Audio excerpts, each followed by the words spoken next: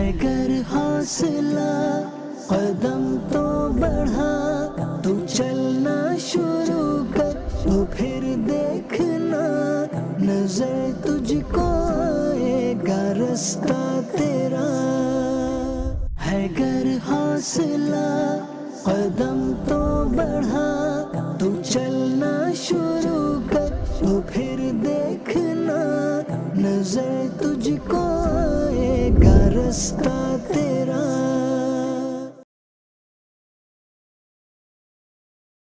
الحمد للہ رب العالمین والصلاة والسلام علی سید المرسلین، اما بعد فاعوذ باللہ من الشیطان الرجیم، بسم اللہ الرحمن الرحیم۔ الصلاة والسلام علیک یا رسول اللہ وعلی آلک واصحابک یا حبیب اللہ۔ الصلاة والسلام علیک یا نبی اللہ وعلی آلک واصحابک یا نور اللہ۔ فرمان آخری نبی صلی اللہ تعالی علیہ وآلہ وسلم ہے، تم جہاں بھی ہو مجھ پر درود پڑھو کہ تمہارا درود مجھ تک پہنچتا ہے۔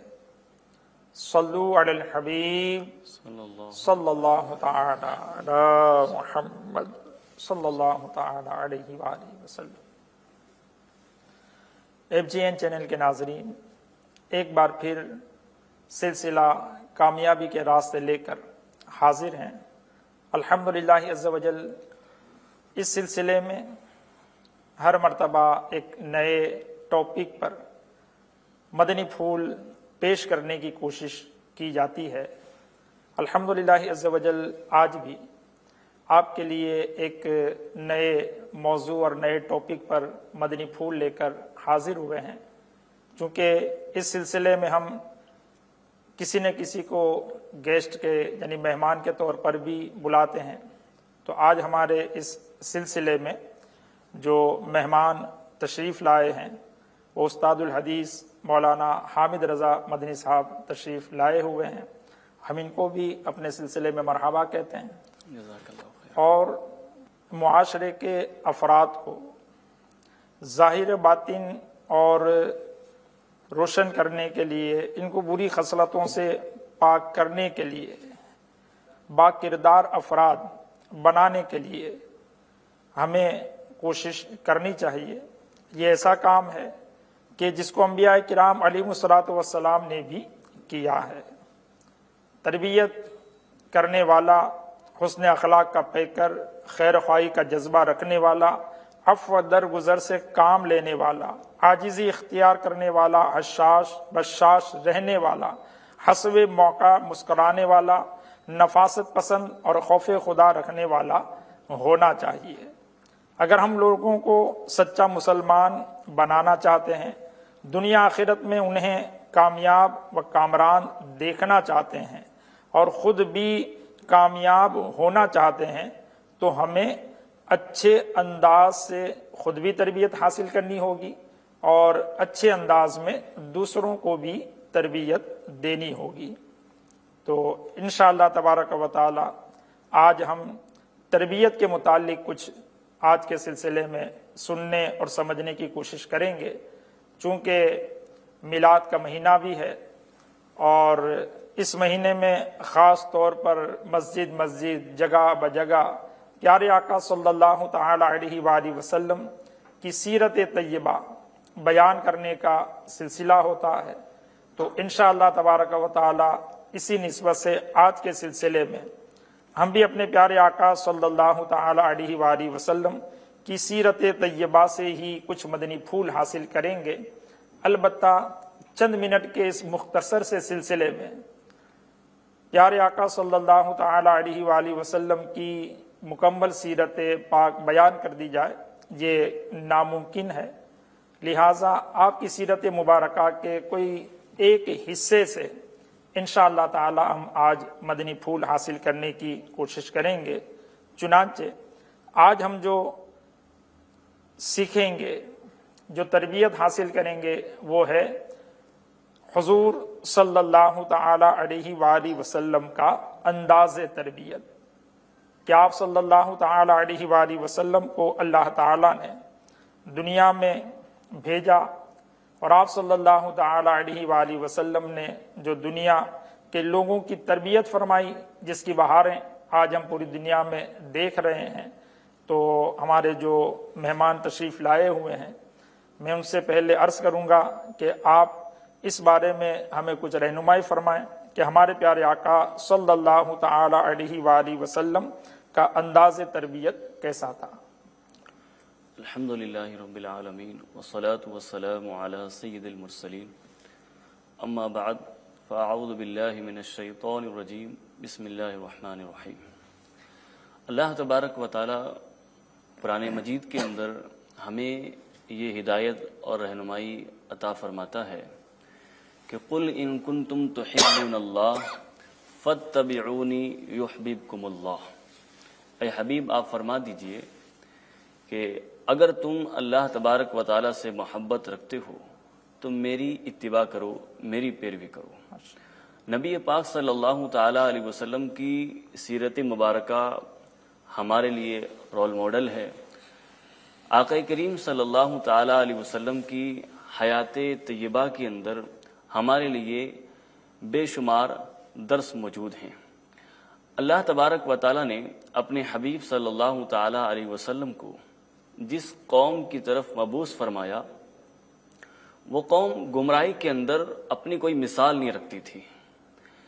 لیکن سرکار دو عالم صلی اللہ تعالی علیہ وسلم نے اپنے حسن اخلاق کے ذریعے، اپنی محبت بھری اداؤں کے ذریعے ان کی ایسی شاندار تربیت فرمائی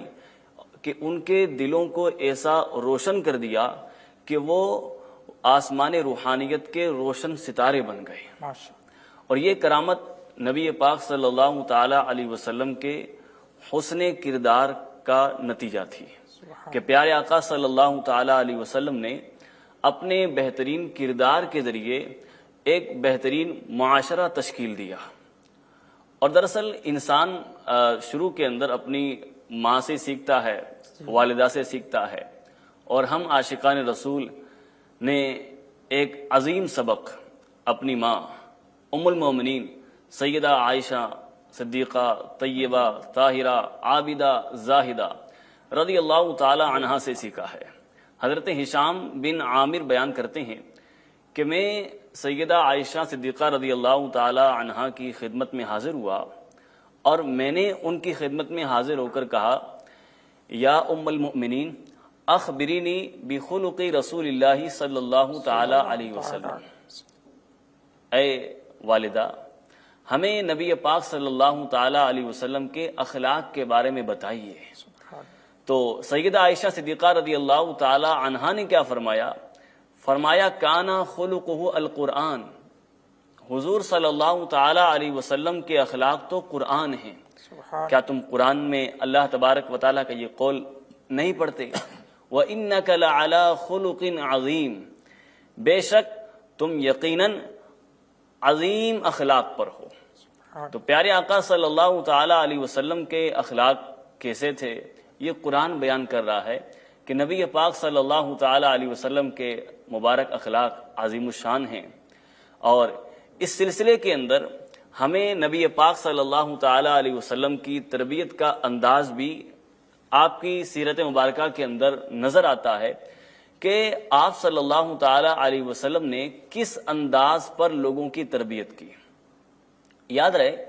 اچھی تربیت کے اندر جن چیزوں کو دیکھا جاتا ہے ان چیزوں کے اندر یہ بھی ہے کہ آپ سامنے والے کی طبیعت، اس کے مزاج کا خیال کریں، حکمت عملی کے ساتھ، عقل مندی کے ساتھ تربیت کریں، کیونکہ سامنے والے کی نفسیات کو سمجھنا اس کا تربیت کے اندر ایک اہم رول ہے۔ یہ نہایت ضروری ہے کہ آپ تربیت سے پہلے سامنے والے کی نفسیات کو سمجھیں۔ اب اس حوالے سے نبی پاک صلی اللہ تعالی علیہ وسلم کا انداز تربیت کیا تھا؟ تو آقا کریم صلی اللہ تعالی علیہ وسلم کو تو اللہ تبارک و تعالی نے کیسی مبارک عقل عطا فرمائی کہ کسی نبی کو جو عقل عطا کی جاتی ہے وہ اوروں سے بہت زیادہ ہوتی ہے۔ کسی بڑے سے بڑے عقل مند کی عقل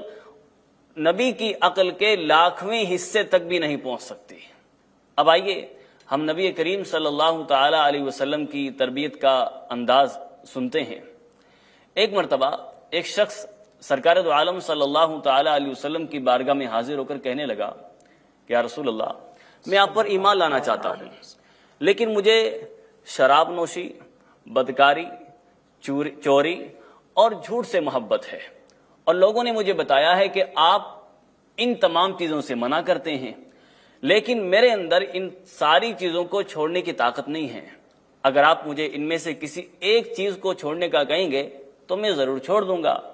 اور اسلام قبول کر لوں گا۔ پیارے آقا صلی اللہ تعالی علیہ وسلم نے فرمایا، تم جھوٹ بولنا چھوڑ دو۔ اس نے یہ بات قبول کی، مسلمان ہو گیا۔ نبی پاک صلی اللہ تعالی علیہ وسلم کے دربار سے جانے کے بعد جب لوگوں نے اسے شراب پیش کی، ذہن کے اندر خیال آیا شراب پیوں گا، اور آقا کریم صلی اللہ تعالی علیہ وسلم نے اگر پوچھ لیا تو جھوٹ تو نہیں بول سکتا، حضور سے وعدہ کیا ہوا ہے، اور اگر سچ سچ بتا دیا کہ میں نے شراب پی ہے تو پھر جو شرعی سزا ہے وہ مجھ پر قائم کی جائے گی، لہذا اس طرح وہ شراب سے دور ہو گئے۔ اسی طرح بدکاری اور چوری کا معاملہ ہوتے وقت بھی یہی پیش آیا، خیال آیا، حضور صلی اللہ تعالی علیہ وسلم کی بارگاہ میں حاضر ہوا، آقا نے پوچھ لیا تو کیا جواب دوں گا؟ اگر جھوٹ بولوں گا تو حضور سے میں نے وعدہ کیا ہوا کہ جھوٹ نہیں بولوں گا، اور اگر سچ سچ بتا دیا تو مجھ پر شرعی حد جاری کی جائے گی، شراب پینے کی حد جاری کی جائے گی، بدکاری کی حد جاری کی جائے گی، چوری کرنے کی مجھے سزا دی جائے گی۔ تو وہ ان تمام برائیوں سے باز رہے۔ جب نبی پاک صلی اللہ تعالی علیہ وسلم کے دربار میں دوبارہ حاضری ہوئی تو کہنے لگے، یا رسول اللہ، آپ نے بہت اچھا کام کیا، آپ نے مجھے جھوٹ بولنے سے روکا تو مجھ پر دوسرے گناہوں کے دروازے خود بخود بند ہو گئے، اور اس طرح اس شخص نے اپنے تمام گناہوں سے توبہ کر لی۔ سبحان اللہ۔ تو نبی پاک صلی اللہ تعالی علیہ وسلم کی فراست مرحبا کہ آپ نے اپنی مبارک عقل کے نور سے پہچان لیا کہ یہ شخص جھوٹ چھوڑنے کے سبب باقی سارے گناہوں سے بچ جائے گا، تو نبی پاک صلی اللہ تعالی علیہ وسلم نے سب سے پہلے انہیں جھوٹ چھوڑنے کی تلقین کی، اور پھر ہوا ایسا ہی کہ پھر وہ شخص تمام دیگر گناہوں سے تائب ہو گیا۔ اسی طرح نبی کریم صلی اللہ تعالی علیہ وسلم کی تربیت کا ایک اور انوکھا انداز سماعت کریں کہ آپ صلی اللہ تعالی علیہ وسلم نے کیسی حکمت عملی کے ساتھ، مبارک انداز کے ساتھ تربیت فرمائی ہے۔ چنانچہ ام المومنین حضرت سیدتنا ام سلمہ رضی اللہ تعالی عنہا کے بیٹے حضرت عمر بن ابو سلمہ رضی اللہ تعالی عنہ آپ بیان کرتے ہیں کہ میں نبی پاک صلی اللہ تعالی علیہ وسلم کی پرورش میں تھا، میں چھوٹا تھا، میں حضور صلی اللہ تعالی علیہ وسلم کے ساتھ کھانا کھا رہا تھا، تو کھانا کھاتے ہوئے پیالے کے اندر میرا ہاتھ ادھر ادھر گھوم رہا تھا، تو پیارے آقا صلی اللہ تعالی علیہ وسلم نے فرمایا، یا غلام سم اللہ وکل بیمینک وکل مما یلیک، بیٹے اللہ کا نام لو، اللہ کا نام لے کر کھاؤ، سیدھے ہاتھ سے کھاؤ اور اپنے قریب سے کھاؤ۔ حضرت عمر بن ابو سلمہ رضی اللہ تعالی عنہ کہتے ہیں کہ اس کے بعد میں ہمیشہ نبی پاک صلی اللہ تعالی علیہ وسلم کے بتائے ہوئے اسی طریقے پر میں عمل کرتا رہا۔ قربان جائیے نبی پاک صلی اللہ تعالی علیہ وسلم کے انداز پر کہ کس پیار بھرے اور پوزیٹیو انداز کے اندر آپ نے گفتگو شروع فرمائی۔ سب سے پہلے کھانے کے کچھ آداب ذکر کیے، اس کے بعد جو آپ نے ان کے اندر غلطی دیکھی، خامی دیکھی، اس پر تنبیہ بھی کر دی، تاکہ انہیں یہ احساس بھی نہ ہو کہ مجھے ٹوکا جا رہا ہے، مجھے کہا جا رہا ہے، بلکہ یہ سب کے لیے ایک ادب نبی پاک صلی اللہ تعالی علیہ وسلم نے بیان کر دیا، اور اسی کے اندر ان کی تربیت بھی ہو گئی، دوسروں کے لیے بھی ہدایت بن گئی۔ تو اگر ہم صحیح انداز سے تربیت کرنا چاہتے ہیں تو ایف جین چینل کے ناظرین، ہمیں نبی پاک صلی اللہ تعالی علیہ وسلم کی سیرت طیبہ کا مطالعہ کرنا ہوگا کہ کس طرح نبی پاک صلی اللہ تعالی علیہ وسلم نے لوگوں کے مزاج کو سمجھ کر حکمت عملی کے ساتھ ان کی تربیت کی ہے۔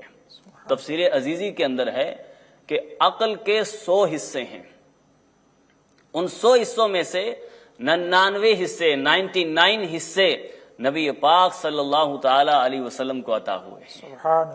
اور جو شخص نبی پاک صلی اللہ تعالی علیہ وسلم کی مبارک عقل کی برکات معلوم کرنا چاہے، اسے چاہیے کہ سیرت کی کتابوں کا گہری نظر سے مطالعہ کرے، تو انشاءاللہ بہت کچھ اسے مدنی پھول نبی پاک صلی اللہ تعالی علیہ وسلم کی سیرت طیبہ سے سیکھنے کے لیے ملیں گے انشاءاللہ۔ سبحان اللہ، ماشاءاللہ۔ FGN چینل کے ناظرین، آپ نے ہمارے مہمان استاد الحدیث مولانا حامد رضا مدنی صاحب کی زبانی پیارے آقا صلی اللہ تعالی علیہ وآلہ وسلم کے انداز تربیت کے متعلق پیارے پیارے مدنی پھول سماعت فرمائیں۔ جہاں تک تربیت کا تعلق ہے تو تربیت کے حوالے سے انسان کے متعلق بہت سارے افراد ہوتے ہیں، ان کے گھر کے افراد ہوتے ہیں، باہر کے افراد ہوتے ہیں، اس کے علاوہ جہاں جہاں بھی ان کا تعلق ہے تو جہاں جہاں بھی وہ کر سکتے ہیں تربیت وہ کرنی چاہیے۔ تو اب آئیے ہم ہمارے مہمان سے یہ جاننے کی کوشش کرتے ہیں کہ انسان کو جب تربیت کرنی ہے تو وہ اپنی تربیت کا آغاز کہاں سے کرے، کہاں سے شروعات کرے تربیت کی۔ اس حوالے سے اللہ تبارک و تعالیٰ نے ہمیں قرآن مجید کے اندر ہدایت عطا فرمایا قو انفسکم و اہلیکم نارا، کہ اپنے آپ کو بھی اور اپنے گھر والوں کو بھی جہنم سے بچاؤ۔ تو آدمی کو خود اپنی اصلاح کرنی ہے اور اپنی اصلاح کے ساتھ ساتھ اسے اپنے گھر والوں کی بھی اصلاح کرنی ہے۔ قرآن حکیم کے اندر بطور خاص حضرت اسماعیل علیہ السلام کے متعلق بیان کیا گیا، ان کا ایک طرز عمل ذکر کیا گیا کہ وَكَانَ يَأْمُرُ أَهْلَهُ بِالصَّلَاةِ وَالزَّكَاةِ وَكَانَ عِنْدَ رَبِّهِ مَرْضِيًّا، کہ وہ اپنے گھر والوں کو نماز اور روزے کا حکم دیتا تھا اور اپنے رب کے یہاں بڑا پسندیدہ بندہ تھا۔ تو اسماعیل علیہ السلام کا یہ عظیم الشان کردار قرآن حکیم نے بیان کیا کہ وہ اپنے گھر والوں کو نماز کا حکم دیتے تھے، زکوٰۃ کا حکم دیتے تھے۔ اب نبی پاک صلی اللہ تعالی علیہ وسلم کی سیرت کے اندر اگر ہم اس کو تلاش کرنا چاہیں تو پیارے آقا صلی اللہ تعالی علیہ وسلم اپنے گھر والوں کی کیسی شاندار تربیت فرماتے تھے۔ چنانچہ سیدہ عائشہ صدیقہ رضی اللہ تعالی عنہا فرماتی ہیں کہ نبی پاک صلی اللہ تعالی علیہ وسلم رات کے اندر عبادت کیا کرتے تھے، اللہ تبارک و تعالیٰ کی بارگاہ میں سر بسجود ہوتے تھے، آپ تہجد کی نماز ادا فرماتے تھے۔ جب آخری وقت ہوتا، رات کا آخری حصہ ہوتا اور نبی پاک صلی اللہ تعالی علیہ وسلم وتر ادا کرنے لگتے تو کہتی ہیں کہ سرکار صلی اللہ تعالی علیہ وسلم مجھے بھی جگاتے اور مجھے بھی نماز پڑھنے کی ترغیب ارشاد فرماتے۔ تو پیارے آقا صلی اللہ تعالی علیہ وسلم کا یہ مبارک انداز ہمارے لیے بھی مشعل راہ ہے، ہمارے لیے بھی اس میں درس ہے کہ ہم بھی اپنے گھر والوں کی تربیت کریں، خود بھی نیک بنیں اور اپنے گھر والوں کو بھی نیک بنانے کی کوشش کریں، اپنے گھر کے اندر دینی ماحول پیدا کرنے کی کوشش کریں۔ اور شیخ طریقت امیر اہل سنت دامت برکاتہم العالیہ نے جو گھر کے اندر دینی ماحول بنانے کے حوالے سے جو مدنی پھول آپ نے عطا کیے ہیں، ہمیں چاہیے کہ ہم ان پر عمل کی کوشش کریں۔ اور تربیت کے لیے یہ بھی نہایت ضروری ہے کہ ہم نرم روی اختیار کریں، درست طریقہ اختیار کریں، کہ پیارے آقا صلی اللہ تعالی علیہ وسلم کے متعلق اللہ تبارک و تعالی نے کلام مجید میں فرمایا فَبِمَا رَحْمَةٍ مِّنَ اللَّهِ لِنْتَ لَهُمْ، تو اے حبیب اللہ کی کتنی بڑی مہربانی ہے کہ آپ ان کے لیے نرم دل ہیں۔ سبحان اللہ۔ اب پیارے آقا صلی اللہ تعالی علیہ وسلم کیسے نرم دل، آپ کی نرمی کیسی تھی، آئیے سماعت کیجئے۔ حضرت معاویہ ابن حکم رضی اللہ تعالی عنہ فرماتے ہیں کہ میں ایک دن رسول اللہ صلی اللہ تعالی علیہ وسلم کے ساتھ نماز پڑھ رہا تھا کہ نمازیوں میں سے کسی ایک کو چھینک آئی، تو میں نے اس کے جواب کے اندر یرحمک اللہ کہا کہ اللہ تم پر رحم کرے۔ جب میں نے یہ کہا تو لوگوں نے مجھے تیز نگاہوں سے دیکھا اور میری طرف سب دیکھنے لگے۔ میں نے کہا کہ یہ مجھے دیکھتے کیوں ہیں، اور میں نے ان سے کہا کہ تم مجھے کیوں دیکھ رہے ہو، تو لوگ اپنی رانوں پر ہاتھ مارنے لگے، گویا کہ مجھے محسوس ہوا کہ یہ مجھے خاموش کروانا چاہتے ہیں۔ بہرحال میں خاموش ہو گیا، میں نبی پاک صلی اللہ تعالی علیہ وسلم جب نماز سے فارغ ہوئے تو حضرت معاویہ ابن حکم فرماتے ہیں، کتنے خوبصورت الفاظ ہیں، فرماتے ہیں فَبِأُمِّي هُوَ وَأُمِّي مَا رَأَيْتُ مُعَلِّمًا قَبْلَهُ وَلَا بَعْدَهُ أَحْسَنَ تَعْلِيمًا مِنْهُ، کہتے ہیں میرے ماں باپ سرکار پر نثار، میں نے ایسا اچھا سکھانے والا معلم نہ آپ سے پہلے دیکھا نہ آپ کے بعد کوئی دیکھا۔ سبحان اللہ۔ سبحان اللہ۔ کہتے ہیں کہ خدا کی قسم نہ سرکار صلی اللہ تعالی علیہ وسلم نے مجھے ڈانٹا، نہ آپ نے مارا، نہ مجھے برا بھلا کہا، بلکہ حضور صلی اللہ تعالی علیہ وسلم نے ایک دل نشیں انداز کے اندر میری تربیت کی اور کہا کہ نماز کے اندر کوئی دوسرا کلام مناسب نہیں ہے، نماز کے اندر کوئی انسانی کلام مناسب نہیں، یہ تو نماز صرف تسبیح ہے، تکبیر ہے اور قرأت قرآن کا نام ہے۔ تو اس طرح پیارے آقا صلی اللہ تعالی علیہ وسلم نے ان کی تربیت فرمائی، اور آقا کریم صلی اللہ تعالی علیہ وسلم کی گفتگو فضول گفتگو نہیں ہوا کرتی تھی، آپ کی گفتگو ہر قسم کے عیب سے بالکل پاک ہوتی تھی، اور آپ اپنے اصحاب کے ساتھ کبھی بھی تلخ گفتگو نہیں فرماتے تھے، سخت لہجہ اختیار نہیں فرماتے، اور نہ ہی آپ انہیں باتوں کے اندر رسوا کرتے تھے، بلکہ سرکار دو عالم صلی اللہ تعالی علیہ وسلم کا انداز نہایت میٹھا انداز ہوا کرتا تھا، بڑا ہی پیارا انداز ہوا کرتا تھا، اور آقا کریم صلی اللہ تعالی علیہ وسلم دل نشیں انداز کے اندر اپنے صحابہ کی تربیت فرماتے تھے۔ سبحان اللہ، سبحان اللہ، ماشاء اللہ۔ FGN چینل کے ناظرین،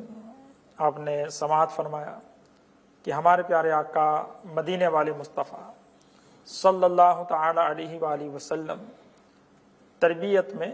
نرمی کو، پیار، محبت، شفقت کو اختیار فرماتے تھے، اور پیار محبت سے سامنے والے کی اس طرح تربیت کر دیتے تھے کہ اسے محسوس بھی نہیں ہوتا کہ میری غلطی ہوئی ہے، اور اس کی اور اس کے ساتھ ساتھ جو موجود ہوتے ان کی بھی تربیت کا سامان ہو جاتا۔ لیکن یہاں ایک بات یہ بھی ہے کہ کبھی کبھار ایسا بھی ہوتا ہے کہ شفقت اور محبت سے، پیار سے تربیت کرنے سے خاطر خواہ نتیجہ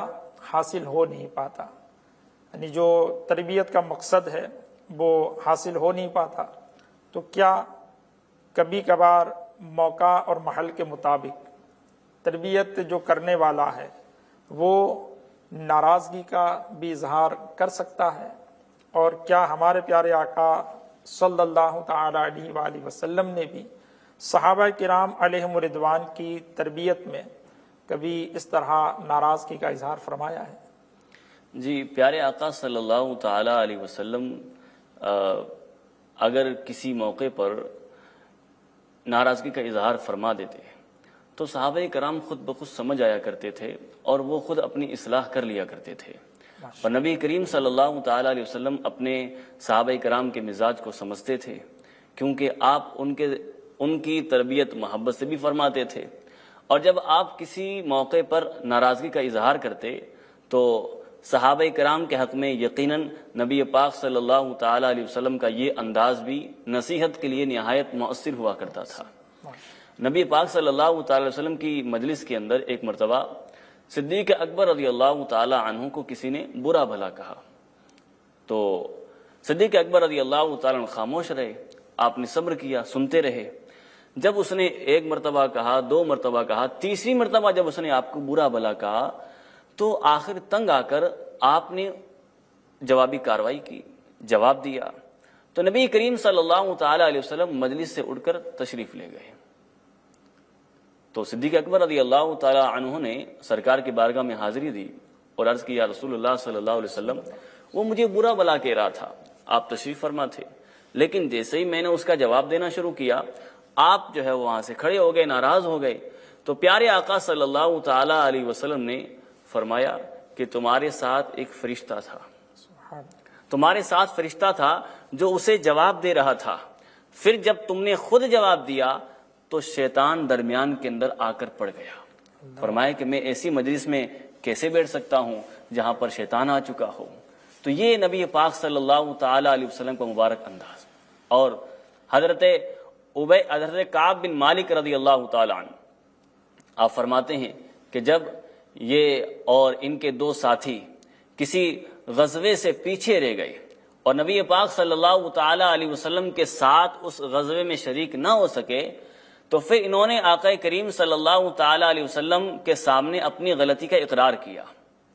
غلطی مانی،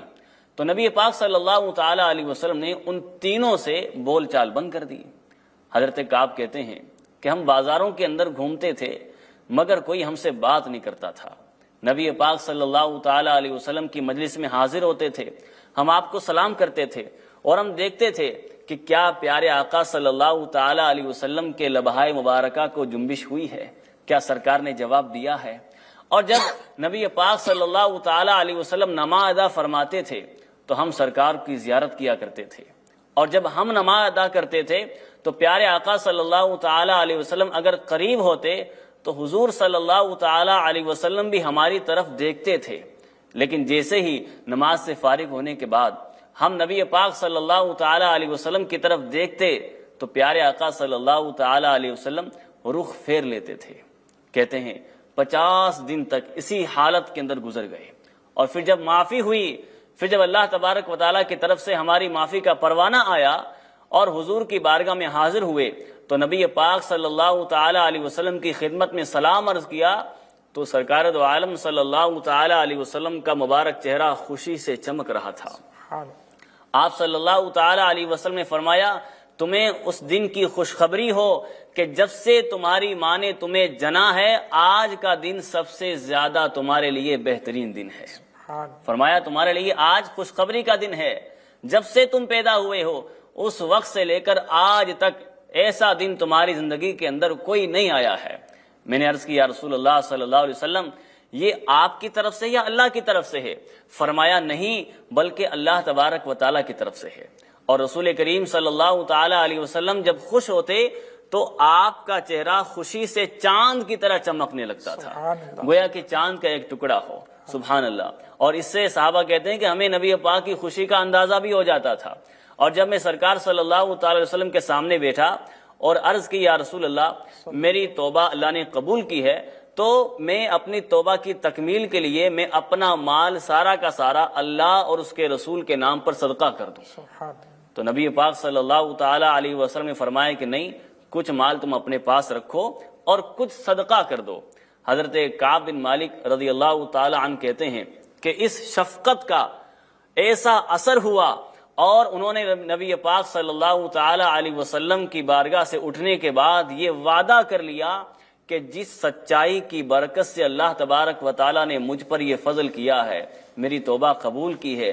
آئندہ میں کبھی بھی سچ کا دامن نہیں چھوڑوں گا اور جھوٹ سے ہمیشہ میں بچا رہوں گا۔ آپ نے کسی شاندار تربیت کی، ناراضگی کا اظہار کیا، لیکن اس کے بعد جو صحابہ کرام کی تربیت ہوئی اور جو چیز ان کو سیکھنے کے لیے ملی تو وہ کہتے ہیں کہ آئندہ میں نے ارادہ کر لیا کہ مجھے نبی پاک صلی اللہ تعالی علیہ وسلم کی بارگاہ سے یہ سبق ملا ہے کہ میں کبھی بھی جھوٹ نہیں بولوں گا، اور جس طرح میں نے ابھی سچ اپنی غلطی کا اقرار کرتے ہوئے میں نے نبی پاک صلی اللہ تعالی علیہ وسلم کی بارگاہ میں ساری اپنی داستان عرض کر دی ہے تو میں ہمیشہ اسی سچ پر قائم رہوں گا اور میں کبھی بھی جھوٹ نہیں بولوں گا۔ تو یہ پیارے آقا صلی اللہ تعالی علیہ وسلم کا دل نشین انداز ہے کہ سرکار نرمی سے بھی تربیت فرماتے ہیں، اور کبھی اگر رخ انور پھیر لیتے ہیں تو صحابہ کرام بھی یہ احساس کر لیتے ہیں کہ آقا کریم صلی اللہ تعالی علیہ وسلم ضرور ہم سے ناراض ہیں اور ہمیں یہ کام نہیں کرنا چاہیے۔ اور صحابہ کرام کے لیے نبی پاک کی ناراضی کس قدر تکلیف دہ ہوا کرتی تھی یہ بھی ہم نے سنا کہ اگر نبی پاک صلی اللہ تعالی علیہ وسلم ناراض ہو گئے گویا کہ دنیا ان کے لیے تنگ ہو جاتی تھی، اور وہ کسی صورت میں اس کو برداشت نہیں کیا کرتے تھے، بلکہ کسی بھی کوشش سے، ہر ممکن کوشش کے ذریعے وہ آقا کریم صلی اللہ تعالی علیہ وسلم کی رضا کو حاصل کرنے کے لیے کوشش کیا کرتے تھے۔ FGN چینل کے ناظرین، آپ نے سماعت فرمایا کہ موقع کی مناسبت سے حکمت عملی کے ساتھ تربیت کے الگ الگ پہلو اختیار کیے جا سکتے ہیں کہ کبھی نرمی سے، کبھی شفقت سے، کبھی ناراضگی سے، کبھی کچھ کوئی چھوٹی موٹی سزا دے کر سختی کر کے ہم سامنے والے کی تربیت کر سکتے ہیں، لیکن یہ ہے کہ اس میں پہلے اچھی طرح غور کر لیا جائے کہ میں ناراضگی کا اظہار کروں گا یا کچھ تلخ بات بیان کروں گا تو کہیں ایسا نہ ہو کہ سامنے والا بالکل ہی اس کو ایسا محسوس کر لے کہ پھر وہ ہماری بات ہی ماننے سے رہ جائے۔ لہٰذا موقع کی مناسبت سے یہ سارے انداز اختیار کیے جا سکتے ہیں۔ البتہ جو تربیت کرنے والا ہو یا تربیت لینے والا ہو، دونوں کا توجہ ہونا بہت ضروری ہے۔ تربیت کے اندر توجہ یہ مرکزی کردار رکھتی ہے۔ اگر کسی کام میں توجہ نہ ہو، دلچسپی نہ ہو تو انسان اس کے کام کے فائدوں سے محروم رہ جاتا ہے۔ اب چونکہ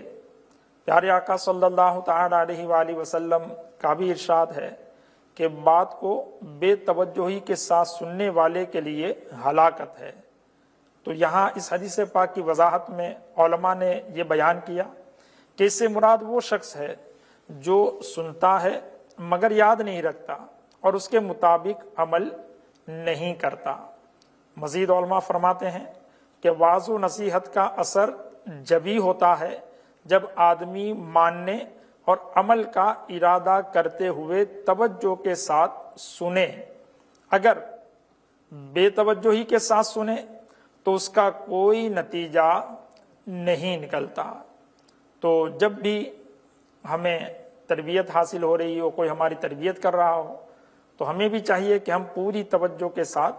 اس تربیت کو حاصل کریں۔ البتہ جو تربیت کرنے والا ہے اسے بھی چاہیے کہ کچھ ایسے انداز اختیار کریں کہ جس سے سامنے والے کی توجہ اس کی طرف بنی رہے۔ تو ہمارے مہمان سے میں عرض کروں گا کہ ہمارے پیارے آقا صلی اللہ تعالی علیہ وآلہ وسلم کی انداز تربیت کے متعلق ہمیں یہ مدنی پھول ارشاد فرما رہے ہیں، تو کیا ہمارے آقا صلی اللہ تعالی علیہ وآلہ وسلم کی سیرت طیبہ میں جو تربیت کا پہلو ہے اس میں آپ صلی اللہ تعالی علیہ وسلم بھی کیا کوئی ایسے انداز یا کوئی ایسے طریقے اختیار کرتے تھے جس کی وجہ سے سامنے والے کی توجہ اپنی طرف، تربیت کرنے والے کی طرف بنی رہے؟ نبی پاک صلی اللہ تعالی علیہ وسلم تربیت کو اور کسی بات کو ذہن میں راسخ کرنے کے لیے مختلف طریقے اختیار فرمایا کرتے تھے۔ آقا کریم صلی اللہ تعالی علیہ وسلم کبھی جب صحابہ کرام کو کوئی بات سمجھاتے تو خطوط کے ذریعے بھی کوئی باتیں سمجھایا کرتے تھے، خط کھینچا کرتے تھے اور پھر اس خط کو دکھا کر صحابہ کرام کو کوئی چیز تعلیم فرمایا کرتے تھے، اور کبھی کبھی آپ مثالیں بیان کر کے بھی تربیت کیا کرتے تھے۔ اور جہاں تک توجہ لینے کی بات ہے کہ سامنے والے کی توجہ کو حاصل کیا جائے، یقیناً یہ ضروری ہے۔ توجہ حاصل کی جائے گی، اگر سننے والا متوجہ ہوگا تبھی تربیت کما حقہ مؤثر ہوگی اور وہ تربیت سے فائدہ بھی اٹھا پائے گا۔ آقا کریم صلی اللہ تعالی علیہ وسلم کا اس حوالے سے ایک بڑا دل نشین انداز ہمیں سیرت میں ملتا ہے۔ چنانچہ مسند امام احمد کے اندر حدیث پاک ہے، حضرت معاذ بن جبل رضی اللہ تعالی عنہ، یہ صحابی رسول ہیں جو ایک خاص مقام رکھتے ہیں۔ نبی پاک صلی اللہ تعالی علیہ وسلم نے ان کے ہاتھ کو پکڑا اور فرمایا، اے معاذ، اللہ کی قسم میں تم کو محبوب رکھتا ہوں۔ سبحان اللہ۔ حضرت معاذ کہتے ہیں کہ اللہ کی قسم میں بھی آپ سے محبت کرتا ہوں۔ اس کے بعد نبی پاک صلی اللہ تعالی علیہ وسلم نے کیا فرمایا؟ فرمایا کہ میں تمہیں وصیت کرتا ہوں کہ ہر نماز کے بعد ان کلمات کو پڑھنا نہ چھوڑیں۔ وہ کلمات یہ ہیں، اللہم اعنی علی ذکرک و شکرک و حسن عبادتک، اے اللہ میری مدد فرما اس پر کہ میں تیرا ذکر کروں، میں تیرا شکر ادا کروں اور میں اچھی طرح تیری عبادت کروں۔ سبحان اللہ۔ تو نبی پاک صلی اللہ تعالی علیہ وسلم نے پہلے حضرت معاذ رضی اللہ تعالی عنہ کا ہاتھ پکڑا اور ہاتھ پکڑ کر پوری توجہ حاصل کی۔ اس کے بعد آپ نے محبت بھرے کلمات ان سے ارشاد فرمائے کہ معاذ میں تم سے محبت کرتا ہوں۔ اب آپ اندازہ لگائیں کہ حضرت معاذ رضی اللہ تعالی عنہ کی تو خوشی کی کوئی انتہا ہی نہیں رہی ہوگی کہ سرکار ان سے فرما رہے ہیں کہ اے معاذ میں تم سے محبت کرتا ہوں. اور ظاہر ہے جب نبی پاک صلی اللہ تعالی علیہ وسلم نے اتنے دل نشیں انداز کے اندر آپ کو ایک دعا تعلیم کی تو پھر حضرت معاذ جب جب وہ دعا پڑھتے ہوں گے، جب جب اللہ کی بارگاہ میں وہ دعا مانگتے ہوں گے تو نبی پاک صلی اللہ تعالی علیہ وسلم کا وہ مبارک انداز آپ کی نگاہوں میں ہوتا ہوگا، آپ کے تصور میں ہوتا ہوگا کہ نبی پاک صلی اللہ تعالی علیہ وسلم نے کیسی شفقت فرمائی ہے. تو علماء نے اس حدیث کی شرح میں بہت کچھ لکھا اور لکھا کہ اس طرح کہی ہوئی بات زیادہ سامنے والے کے ذہن کے اندر بیٹھ جاتی ہے اور اس سے شفقت اور مانوس کرنے کا ایک انداز بھی ہمیں پتہ چلا کہ ہمیں سامنے والے پر شفقت کرنی چاہیے، جس کو ہم سمجھا رہے ہیں، جس کی ہم تربیت کر رہے ہیں، اس کو مانوس کرنا ضروری ہے، اس پر شفقت رکھنا ضروری ہے. اور یہ بھی پتہ چلا کہ کوئی اگر محبت کا اظہار کرے تو ہم بھی محبت کا اظہار کریں. جیسے حضور نے فرمایا اے معاذ میں تم سے محبت کرتا ہوں، تو حضرت معاذ رضی اللہ تعالی عنہ نے جواباً عرض کی یا رسول اللہ میں بھی آپ سے محبت کرتا ہوں. تو اگر محبت کا اظہار کوئی کرے تو ہمیں بھی محبت کا اظہار کرنا چاہیے، لیکن ہاں منافقت نہیں ہونی چاہیے. دل کے اندر محبت ہے واقعی تو محبت کا اظہار کرنا چاہیے. ماں اگر محبت کا اظہار کر رہی ہے تو اولاد کو بھی محبت کا اظہار کرنا چاہیے. استاد اگر محبت کا اظہار کر رہا ہے تو شاگرد بھی تو محبت کا اظہار کرے. پیر صاحب اگر محبت کا اظہار کر رہے ہیں تو مرید کو بھی تو چاہیے کہ وہ بھی محبت کا اظہار کرے. تو اس طرح اگر محبت کا اظہار کریں گے پیار محبت کے ساتھ، آفس کا، گھر کا، اسکول کا اور مدرسے کا ماحول ہی کچھ اور ہوگا. اور نبی پاک صلی اللہ تعالی علیہ وسلم کا یہ عمل اللہ تبارک و تعالیٰ کی رضا کے لیے تھا. سرکار کا جو بھی عمل ہے اس میں کوئی نہ کوئی حکمت ہوتی ہے، کوئی نہ کوئی حکمت ہوتی ہے کہ سامنے والا جتنی توجہ کے ساتھ بات کو لے گا وہ بہت جلدی اس کے قلب و روح کے اندر سرایت کرے گا. اور FGN چینل کے ناظرین، ایک بڑی خاص بات آپ کے گوش گزار کرتا ہوں کہ کسان ایک فصل حاصل کرنے کے لیے بیج زمین کے اندر ڈالتا ہے، لیکن کبھی ایسا نہیں ہوتا کہ وہ ہل چلائے بغیر اس بیج کو زمین پر ڈال دے. نہیں، بلکہ وہ ایک مرتبہ ہل چلاتا ہے، دوسری مرتبہ ہل چلاتا ہے. اگر زمین اس کی مرضی کے مطابق تیار نہیں ہوتی تو تیسری مرتبہ ہل چلاتا ہے. اب جب زمین تیار ہو گئی تب اس کے بعد وہ بیج کو زمین پر ڈالتا ہے. اور اس کے بعد بھی وہ بیج ڈالنے کے بعد مطمئن نہیں ہوتا، پانی دے گا، بارش نہیں ہوتی، اللہ کی بارگاہ میں دعا کرے گا، دعائیں کروائے گا. اور اس کے بعد جب فصل تیار ہو جاتی ہے تو کھیت کے اندر، بیج کے اندر لکڑی گاڑ کر اس پر کپڑا ڈالے گا تاکہ پرندوں سے، دوسرے جانوروں سے اس کھیتی کو بچایا جا سکے، اس کی نگرانی کرے گا. یہ کسان ایک معمولی سی فصل کے لیے اتنی ساری کوشش کرتا ہے، ایک معمولی سی فصل کے لیے. اور محبت الہی کی فصل، اللہ کی معرفت کی فصل، محبت رسول کی فصل، اس فصل کے مقابلے میں اس کسان کی فصل کی کوئی حیثیت ہی نہیں ہے، کوئی حیثیت نہیں ہے. اور اگر ہم علم دین کی بات کریں، علم کی بات کریں تو جو اساتذہ ہمیں سن رہے ہیں، ہم اگر معرفت الہی کا بیج بونا چاہ رہے ہیں، ہم اگر محبت الہی، محبت رسول کی فصل حاصل کرنا چاہ رہے ہیں اور ہم اپنے اسٹوڈنٹ کو راہ تقویٰ کا مسافر بنانا چاہ رہے ہیں تو بغیر توجہ حاصل کیے بیج ڈال کر آ جائیں گے تو کچھ حاصل نہیں ہوگا. اس کے لیے ہمیں توجہ حاصل کرنا ضروری ہے. اور نبی پاک صلی اللہ تعالی علیہ وسلم کی سیرت مبارکہ کے اندر ہمیں توجہ حاصل کرنے کے مختلف طریقے ملتے ہیں. اب یہاں پر ایک انداز ہمیں نبی پاک صلی اللہ تعالی علیہ وسلم کا ملا کہ سرکار نے حضرت معاذ سے فرمایا کہ معاذ میں تم سے محبت کرتا ہوں. اس کے علاوہ اور بھی طریقے ہو سکتے ہیں. مثال کے طور پر آپ سامنے والے کے اچھے اوصاف کو بیان کریں، اس کی کسی خوبی کو ذکر کریں کہ بیٹا آپ کے اندر فلاں خوبی ہے، آپ کے اندر فلاں ٹیلنٹ ہے، آپ اس بات کو سمجھ سکتے ہیں، آپ یہ کام کر سکتے ہیں. تو اس طرح اگر سامنے والے کی حوصلہ افزائی کریں گے، اس کو آگے بڑھانا چاہیں گے، آگے بڑھائیں گے تو ممکن ہے کہ ہماری تربیت بہت حد تک مؤثر ثابت ہوگی. اور یہی حضرت ابو ہریرہ رضی اللہ تعالی عنہ کے ساتھ بھی نبی پاک صلی اللہ تعالی علیہ وسلم نے کیا. آپ نے فرمایا کہ ہے کوئی ایسا جسے میں کچھ کلمات سکھاؤں، وہ سیکھے اور عمل کرے یا اسے سکھائے جو اس پر عمل کرے۔ تو حضرت ابو ہریرہ رضی اللہ تعالی عنہ نے عرض کی یا رسول اللہ میں حاضر ہوں۔ تو کہتے ہیں کہ سرکار نے میرا ہاتھ پکڑ کر 5 چیزیں مجھے سکھائیں، ہاتھ پکڑ کر، اور ایک ایک انگلی سرکار نے پکڑی، فرمایا کہ حرام کاموں سے بچو تو سب سے زیادہ عبادت گزار بن جاؤ گے۔ سبحان اور دوسری بات فرمائی کہ اللہ کی تقسیم پر راضی رہو، لوگوں سے بے پرواہ ہو جاؤ گے۔ اور تیسری بات سرکار نے فرمائی اپنے پڑوسی سے اچھا سلوک کرو، تم کامل مومن ہو جاؤ گے۔ اور چوتھی بات جو لوگوں کے لیے پسند کرو وہ اپنے لیے بھی پسند کرو۔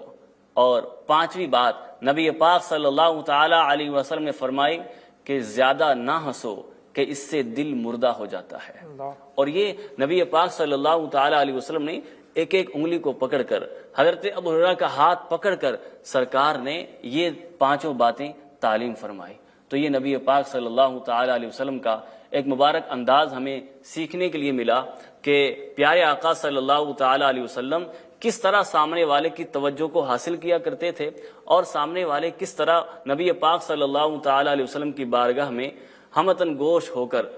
نبی پاک کی تعلیم کو سنا کرتے تھے۔ بلکہ صحابہ کرام کا تو انداز یہ ذکر کیا گیا ہے کہ وہ حضور کی بارگاہ میں ایسے بیٹھتے تھے گویا ان کے سروں پر پرندے ہوں۔ تو یہ تو نبی پاک صلی اللہ تعالی علیہ وسلم نے امت کی تعلیم کے لیے یہ انداز اختیار کیے تاکہ امت کو تعلیم ہو، وہ بھی تربیت کرتے وقت ان انداز کو اپنائیں اور آگے وہ دین کی دعوت کو عام کریں اور سنت کی تبلیغ کریں۔ تو پیارے آقا صلی اللہ تعالی علیہ وسلم کی حیات طیبہ کے اندر ہمارے لیے بہت سارے سیکھنے کے مدنی پھول ہیں۔ اللہ کرے کہ ہم پیارے آقا صلی اللہ تعالی علیہ وسلم کی سیرت طیبہ پر باضابطہ طور پر عمل کرنے والے بن جائیں اور ہم بھی نیکی کی دعوت کو عام کرنے والے بن جائیں۔ آمین۔ ماشاءاللہ FGN چینل کے ناظرین، آپ نے آج کے سلسلے کامیابی کے راستے میں ہمارے پیارے آقا صلی اللہ تعالی علیہ وآلہ وسلم کے انداز تربیت کے متعلق مدنی پھول سماعت فرمائیں۔ تو ہمیں بھی کوشش کرنی چاہیے کہ ہم یہ تمنا تو رکھتے ہیں، ہم یہ خواہش تو رکھتے ہیں کہ ہمارے بچوں کی اچھی تربیت ہو، استاد خواہش رکھتا ہے کہ ہمارے طلباء کی اچھی تربیت ہو، یا گھر میں جو اسلامی بہنیں ہیں